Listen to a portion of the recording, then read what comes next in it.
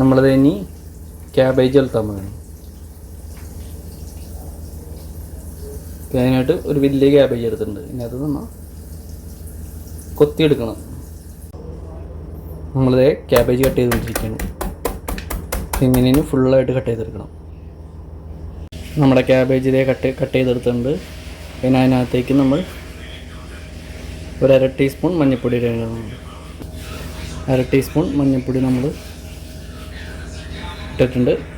അതിൻ്റെ കൂടെ നമ്മുടെ ആവശ്യത്തിന് കുറച്ച് ഉപ്പും തൂക്കി കൊടുക്കുക.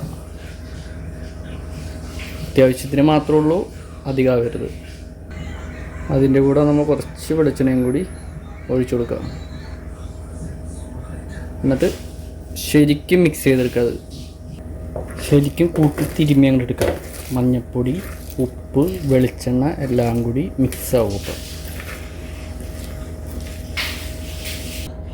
ഇത് നമ്മൾ മിക്സ് ചെയ്തെടുത്തിട്ടുണ്ട്. എല്ലായിടത്തും ഉപ്പും വെളിച്ചെണ്ണയും എല്ലാം കേട്ട് പിടിച്ചിട്ടുണ്ട്.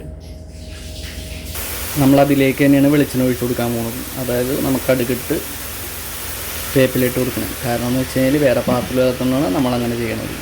അപ്പോൾ ഗ്യാസും ലാഭമാവും, പാത്രം കഴുകണ്ട. ഏകദേശം നമ്മുടെ കടുകൊക്കെ പൊട്ടി നമ്മളതിൻ്റെ കൂടെ തന്നെ വേപ്പിലയും കൂടെ അതിൻ്റെ കൂടെ തന്നെ ആഡ് ചെയ്ത് കൊടുത്തേക്കാണ്. പിന്നെ നമ്മൾ ഫുള്ളായിട്ടൊന്ന് മിക്സ് ആക്കാം. നമ്മുടെ ക്യാബേജ് തീ കുറഞ്ഞ ഫ്ലെയിമിലിട്ടിട്ട് മൂടി വെച്ച് വേവിക്കുക. അപ്പോൾ പെട്ടെന്ന് വേവും. നമ്മൾ ഉണ്ടാക്കി വെച്ചാൽ ക്യാബേജ് റെഡി ആയിട്ടുണ്ട്. സബ്സ്ക്രൈബ് ചെയ്യുക, സപ്പോർട്ട് ചെയ്യുക.